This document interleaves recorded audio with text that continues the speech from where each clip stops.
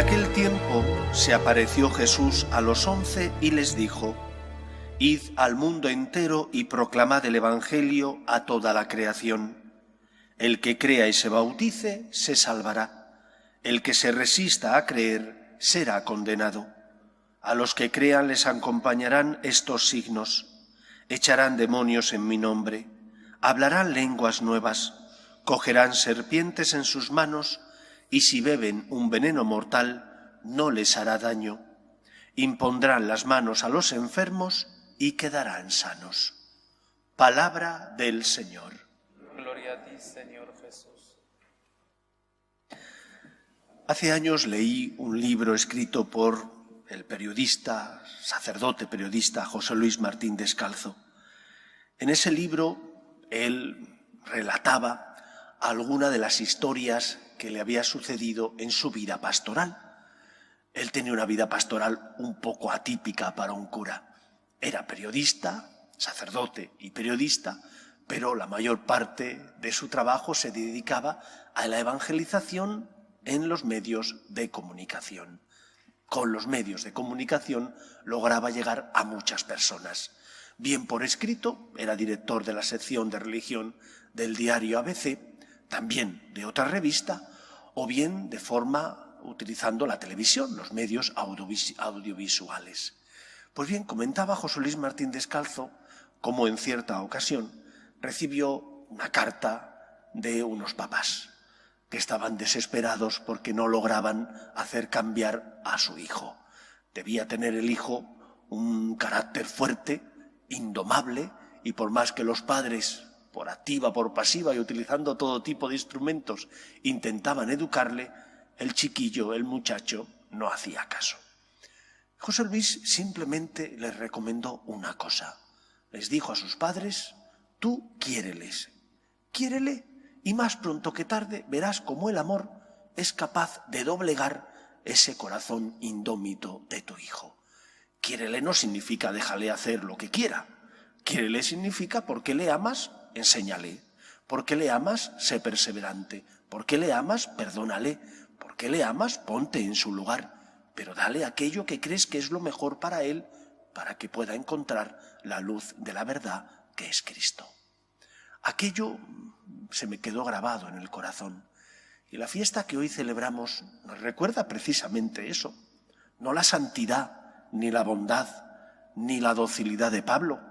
Pablo era un indómito. Pablo, a pesar de ser perseguido por el Señor, no quería cambiar.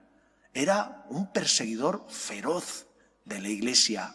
Fue uno de los peores perseguidores en los inicios del cristianismo, de aquellos que después serían sus hermanos. Y él se jactaba, como hemos escuchado en la primera lectura, se jactaba precisamente de ello, de haber perseguido más que nadie, de haber sido más radical que nadie, dice él, que ninguno de mis hermanos, tanto de raza como de secta. Pertenecía a la secta, al grupo de los fariseos. Pero el Señor, que le amaba muchísimo más de lo que Pablo podía llegar a comprender, el Señor, que es perseverante, lo inundó con su amor, con su luz, y logró echar abajo ese duro corazón de Pablo. Creo que la primera enseñanza es esa. El Señor está a la puerta, tocando en nuestro corazón para que le abramos y logre cambiarlo. Y es perseverante. No tiene prisas, aunque le gustaría que lo hicieras lo antes posible, que no tardes en abrirle el corazón, pero es perseverante y es paciente. ¿Tienes dificultades con los tuyos? Ten paciencia. Dios es el principal interesado en tocarles el corazón, en entrar en su vida, en darles su amor, su paz y su caridad. En segundo lugar, no solo nos tenemos que fijar en la actitud del Señor, es rico en misericordia, es Dios, también en la actitud de los hermanos de Pablo, aquellos que eran perseguidos, aquellos que tenían razones para desconfiar de él.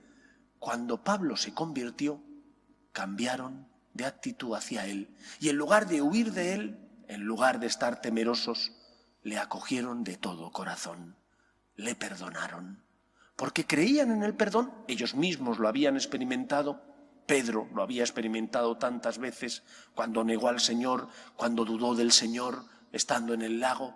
En tantas ocasiones Jesús le enseñó a Pedro que tenía que perdonar.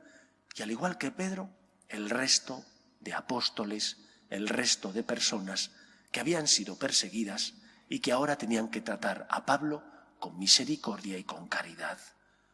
Ten paciencia, ten misericordia, vuelve a empezar, concede el perdón. De nada sirve guardar rencor. De nada sirve hacer aquello que algunos dicen, sí, yo perdono, pero dejo una marca. No, si perdonas es porque intentas volver a empezar de todo corazón, olvidando lo que ha pasado, concediendo una nueva oportunidad.